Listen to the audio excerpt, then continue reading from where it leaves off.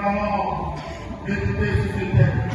Yahvé, Dieu qui ressuscite les morts. Yahvé, Dieu qui ressuscite les morts. Quand on a appuyé sur notre texte principal dans Genèse 48, le verset 11, on va lire notre texte dans Genèse 48, verset 11, c'est notre texte de base. Je crois à la maison, on peut aussi lire Jean 42, le verset 10 à 17. Jean, le chapitre 11, verset 1 à 44. Et Éphésiens, chapitre 3, le verset 1. Allons lire Genèse, chapitre 48, le verset 11. Genèse, le chapitre 48, le verset 11. Il est dit Israël. On voit Israël, c'est le deuxième nom de Jacob. Lorsqu'il a habité avec l'ange, on l'a appelé Jacob. Mais on l'a appelé Israël. Donc Israël désigne aussi Jacob. Israël dit à Joseph, son fils, il dit, je ne pensais pas revoir ton visage. Et voici que Dieu me fait voir même ta postérité. Jacob parle à Joseph. Il dit, je ne pensais pas revoir ton visage. Dans la version sévère, il a dit, je ne m'imaginais pas te revoir. Et voici que Dieu me fait voir même tes descendants. Joseph a été vendu par ses frères en Égypte. Vous connaissez l'histoire. Et ils sont venus dire à son père qu'il a été dévoré par un animal féroce. Et Jacob a payé le cœur de son fils pendant des mois. Et dans la prochaine que nous lisons ici, une rencontre a été faite entre Israël, c'est-à-dire Jacob, et son fils Joseph. Même lorsque ses frères lui disent Joseph est vivant, elle dit qu'il n'a pas bougé. Parce que paraît-il qu'il est mort. Paraît-il qu'il a été coupé par un animal féroce.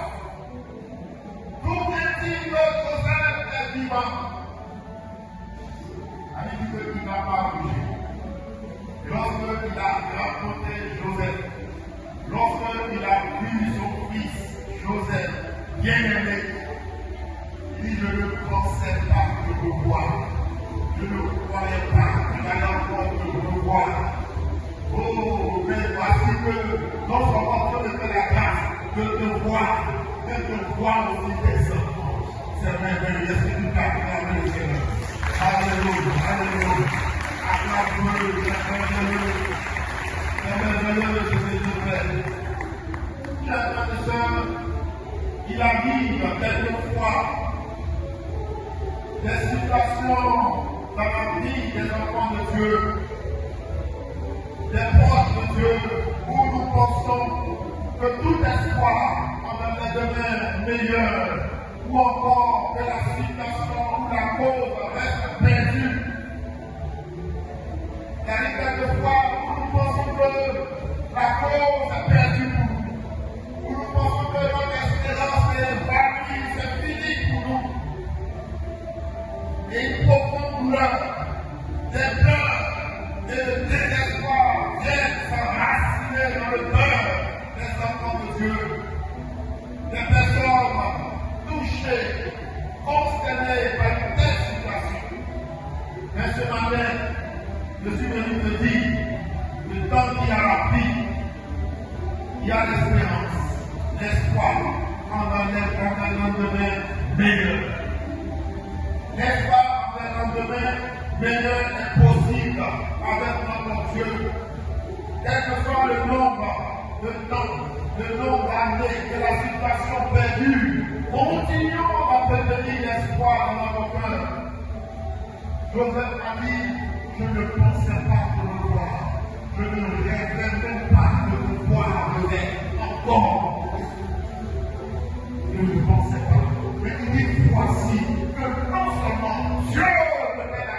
de te voir, de te rencontrer à nouveau. Et Dieu est parti au-delà. Il m'a fait voir ta descendance. Imaginez la joie qui va inonder son cœur. Le Dieu que nous servons s'appelle Yahweh. C'est le Dieu de l'espérance. Le Dieu du tout à coup. Dieu peut en instant changer les choses. Dieu peut opérer le miracle à tout moment parce qu'il n'est pas limité. Il est le Dieu du surnaturel. Le Dieu qui ressuscite les rêves enfouis. A-t-il des rêves que tu penses qu'il ne peut plus se réaliser? As-tu une situation dans ta vie, dans ton peuple, où tu es en train de désespérer, où tu ne crois plus, parce que ça fait des années, mais Dieu te dit ce matin que c'est lui qui ressuscite les rêves. Dieu qui ressuscite les rêves. La Bible nous enseigne que des pauvres qui semblaient perdus selon les ordres, selon les enfants de Dieu, ont été pleinement restaurés par la main souveraine de Dieu. Autant marqué, les situations ont été restaurées.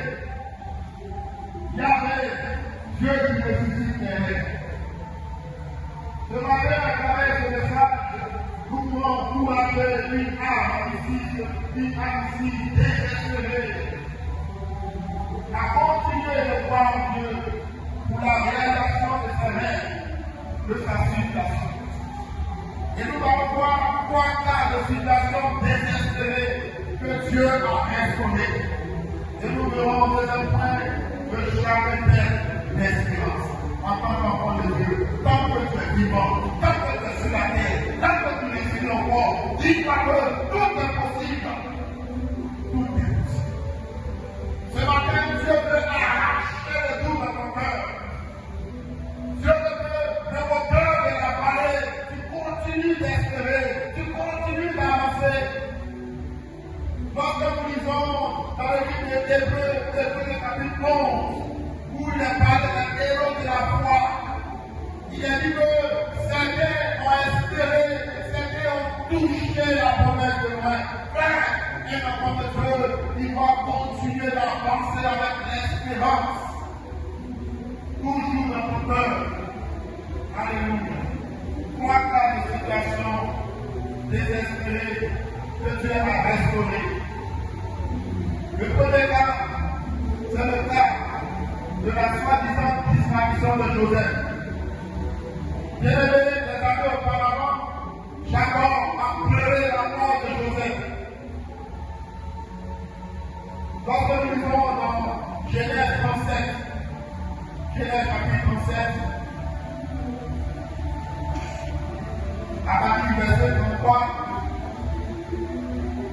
il a dit Jacob l'avait reconnu et se cria. La tunique de mon fils, une belle féroce a dévoré. Joseph a été mis en pièces. Alors il déchira ses vêtements et mit un tissu de sac sur ses reins. Il porta longtemps le deuil de son fils. Tous ses fils, toutes ses filles, même le consoler. Mais il refusa toute consolation et dit non, c'est dans le deuil que je rejeterai mon fils au séjour des morts. Alléluia. Jacob pleura la disparition de son fils Joseph pendant longtemps. Des longs mois. Il pleura. Parce que c'était une disparition brutale. Il a dit qu'il porta longtemps le deuil de son fils. Jacob avait perdu tout espoir de continuer à vivre. Et il désirait pleurer jusqu'à mourir afin de rejeter son fils au séjour des morts. Il ne croyait plus. Il n'espérait plus revoir Joseph. Et il s'est dans les pleurs que je vais le rejoindre. C'est dit comme une fois, la nouvelle de la disparition de Joseph, son bien-aimé et lui a brisé le moral, il lui a brisé le cœur. Des preuves qui avaient été fournies par ses frères de sa mort à le Père. Et il n'espérait plus retrouver son fils, plutôt que mourir et ne plus le voir Joseph. Jacob était désespéré. Il ne croyait plus. Mais Joseph n'était pas mort en réalité. Joseph avait été déporté. Ses pères ont tenté de le tuer. Mais le grand frère Ruben a dit non, ce n'est mon frère, ne le tuons pas. Vendons-le au caravane, au marchand. Ils l'ont vendu. Joseph est parti comme esclave en Égypte. Et Dieu l'a élevé en Égypte. Et il y a une famille qui est arrivée dans le pays. Et ses frères ont appris qu'en Égypte, il y a à manger. Ils sont partis en Égypte. Et les frères étaient le tout puissant premier ministre d'Égypte. Et il les a reconnus. On dit que Joseph allait se cacher. Il a fait. Il est revenu vers ses frères. Et il a fait comme s'il ne s'était pas lu Joseph. Il a parlé avec eux. Il dit bon, vous avez un petit frère, non? Benjamin. Il dit oui. Il dit bon, on va poser cette tête avec vous. Allez chercher Benjamin pour lui. Et ça le prend Benjamin. Jacob a commencé à pleurer encore. On dit vous devez me tuer maintenant. Joseph est mort. Simon est mort. Vous devez maintenant pas Benjamin. Et Ruben a dit, lui son frère. Benjamin l'a dit. Et ils sont partis avec Benjamin. Parce que Joseph voulait voir son petit frère Benjamin. Et il a vu Benjamin. Et il s'est dévoilé à ses frères.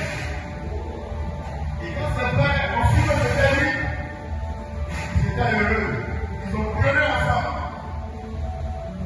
Joseph en parle. Il a dit d'aller dire à leur père qu'il est vivant. Et quand on lit dans Genèse 45, le verset 26,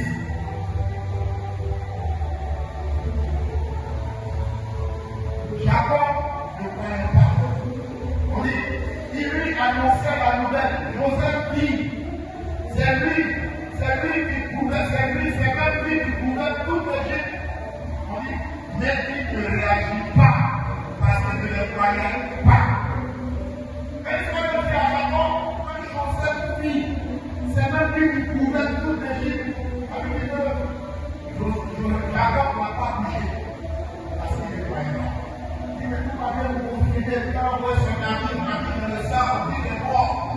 Et pleurer devant les mois. S'il ne voit pas, il ne voit pas. Amen. Et au verset au chapitre 48, la rencontre est trouvée. Alléluia. La rencontre a été trouvée. Ce qui était impossible, ce qui était impensable, ce qui était inimaginable. Alléluia.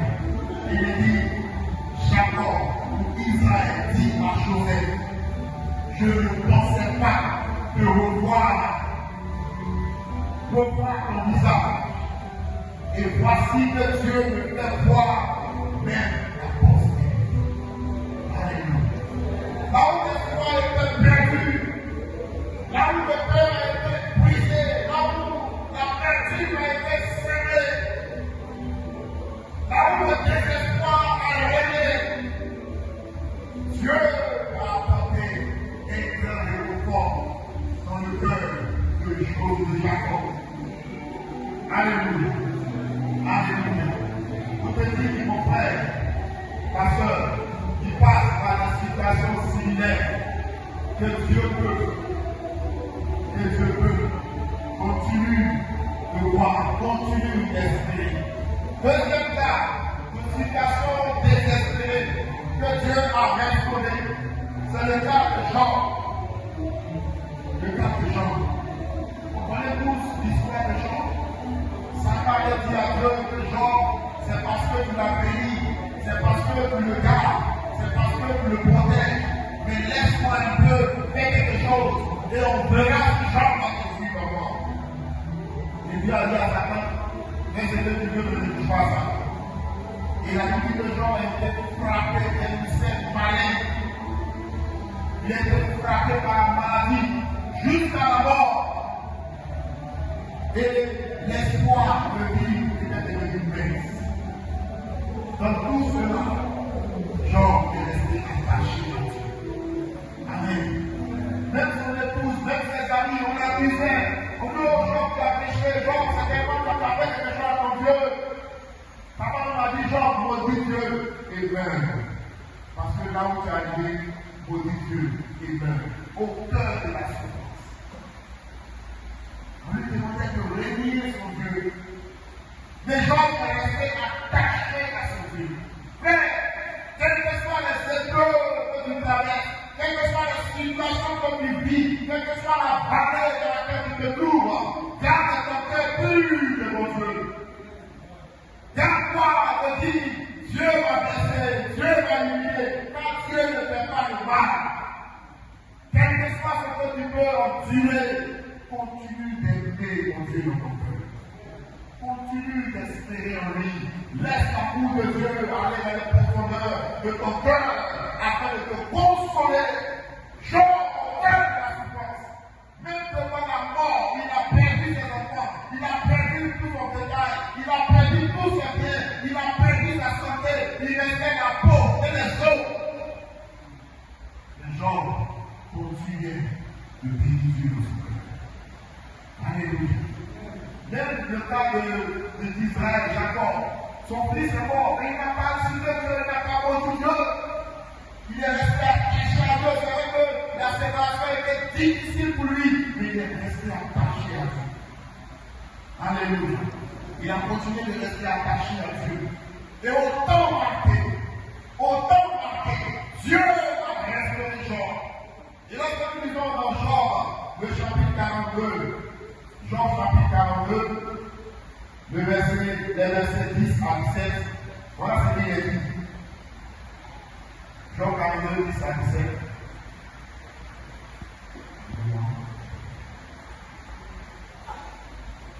Job 42, 10 à 17. Il a dit, l'Éternel rétablit Job dans son premier état. Quand Job eut prié pour ses amis, et l'Éternel lui accorda le double de tout ce qu'il avait possédé. Les frères, les sœurs et les anciens amis de Job vinrent tous le visiter et ils mangeaient avec lui dans sa maison. Il le plaignit et le consolait de tous les malheurs que l'Éternel avait venus sur lui. Et chacun lui donna un crucifix et un anogone. Pendant ces dernières années, Job reçut de l'Éternel plus de bénédictions qu'il en avait reçu dans les premières. Il posséda 14 000 brebis, 6 000 chameaux, 10 paires de bœufs, 10 ânes, et eut 7 filles et 3 filles. Il donna à la première le nom de Jénima, à la seconde le nom de Kessia, et à la troisième celui de Péren Abou. Il n'y avait pas dans tout le pays aussi belles femmes que les filles de Job. Le père d'accorda une part héritable parmi les frères. Job vécut après cela 140 ans. Et il vit ses fils et les fils de ses fils jusqu'à la 4e génération, et Job mourut âgé et rassasié de jours. Amen. Il était touché de la sang. Peut-être qu'il n'espérait plus revivre. Il se disait que je vais mourir certainement. Mais Dieu n'avait pas encore dit son dernier mot. Dieu est le maître du souffle de vie. Il n'avait pas encore dit son dernier mot. Alléluia. Et Dieu a décidé, parce que Dieu a vu son cœur. Dieu a vu la pureté de l'état de son cœur. Dieu a vu que son cœur est pur. Dieu connaissait la motivation du cœur de Job. Frère, ton cœur doit être pur devant Dieu. Tu peux avoir des apparences devant les hommes, mais ton cœur va être pur devant Dieu. Job avait un cœur pur devant Dieu. Il était attaché au Seigneur. Et même quand il demandait de montrer Dieu, de régner Dieu, d'expliquer Dieu, il a dit non, je ne peux pas faire cela, parce que mon Dieu ne peut pas, lui, il ne peut pas vouloir du mal. Le mal ne vient pas de Dieu. C'est tellement une explication, je ne comprends pas, mais je ne peux pas. Mon Dieu,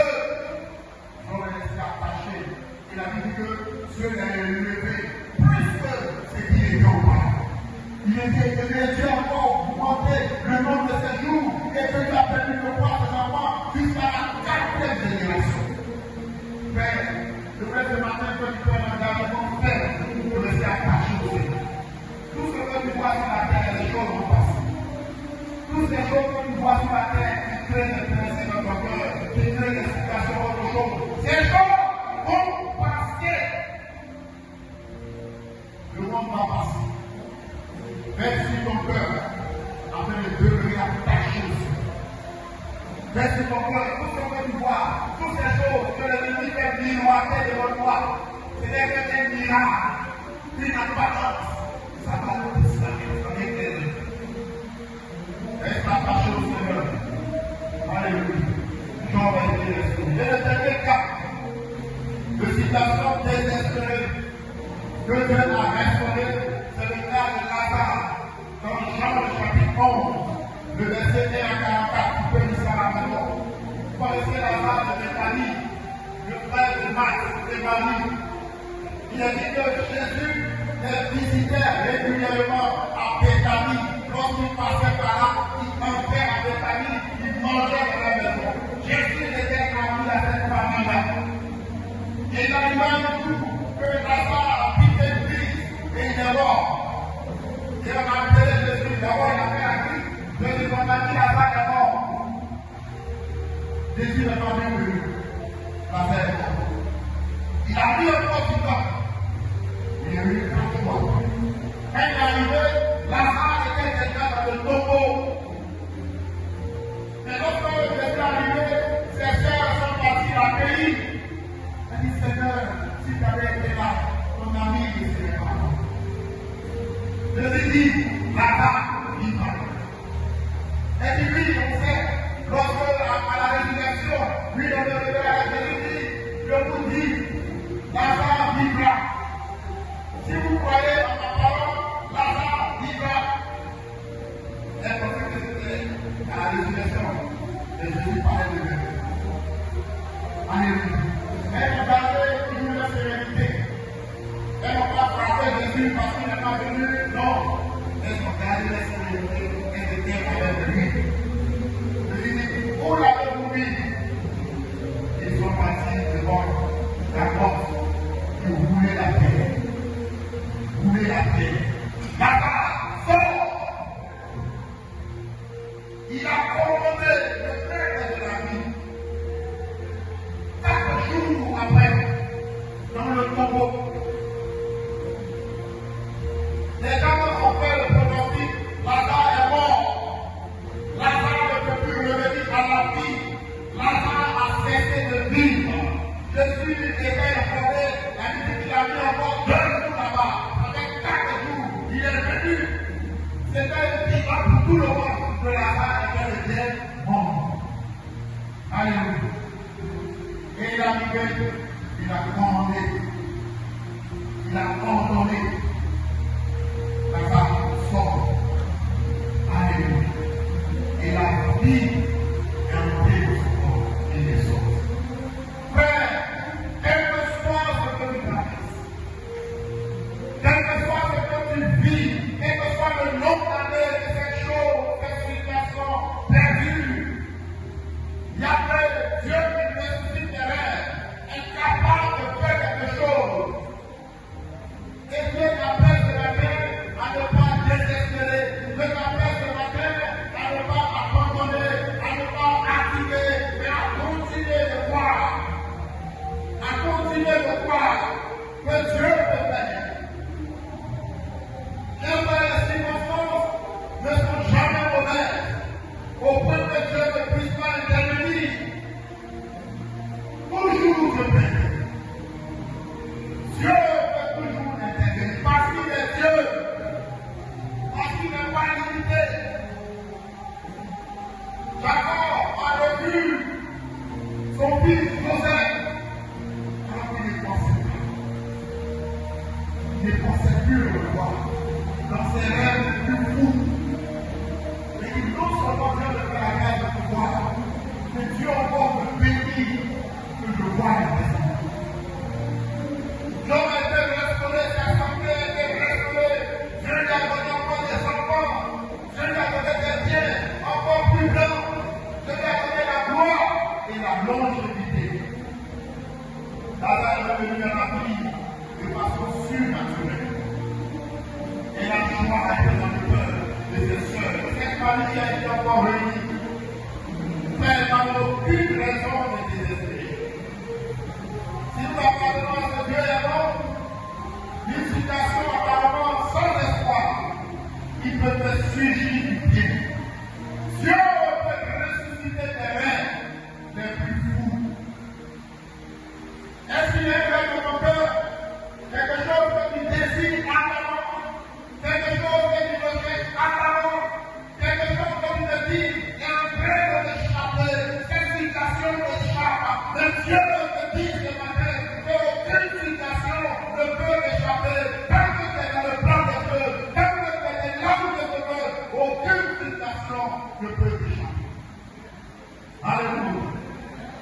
toute situation de péché.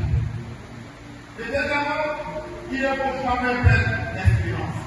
Dans les trois cas de situation désespérée, nous avons cité les dénominateurs communs, c'est-à-dire les points qu'ils avaient en commun, les points qu'il y avait entre ces personnes, et quelque chose. Ils ont expérimenté ces choses. La foi qui n'est pas là pour Dieu. La foi qui n'est pas là pour Dieu. Au cœur de la famille, au cœur de la souffrance, au cœur de l'incompréhension, au cœur de l'incertitude, ils vont continuer d'entretenir la foi.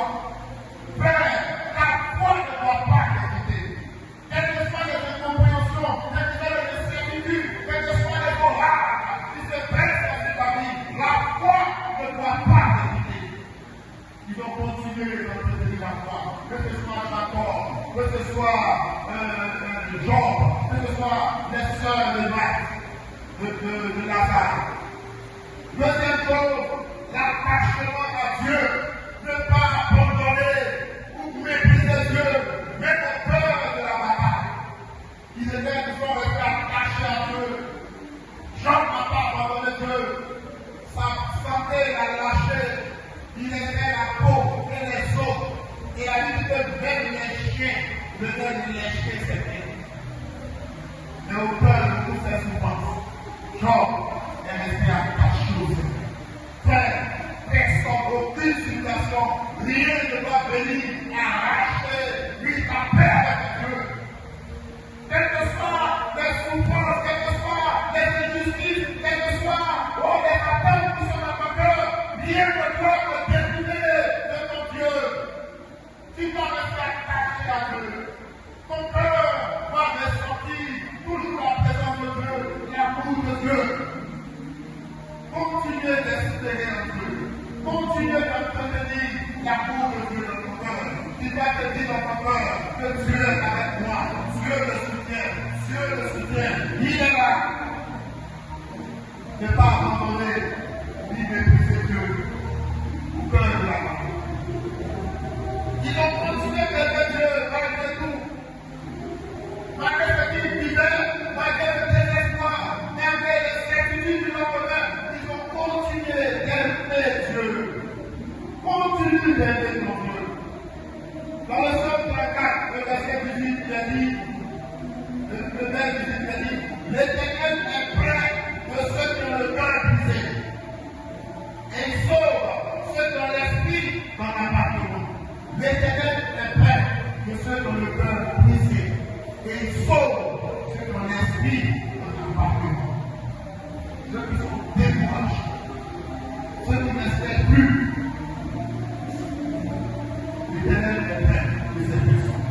Et Proverbe chapitre 16, le verset 7 dit, quand l'Éternel approuve le poids d'un homme, il dispose favorablement à son égard, même ses ennemis.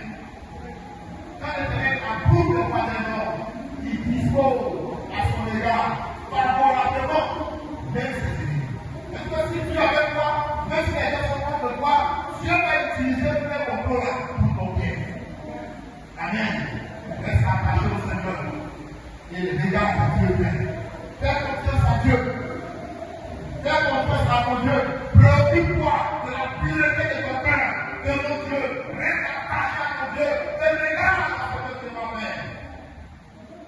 Et Éphésiens 3, le verset 20 pour terminer, nous dit à celui qui peut faire, par la puissance qui agit en nous, infiniment au-delà de tout ce que nous demandons ou pensons.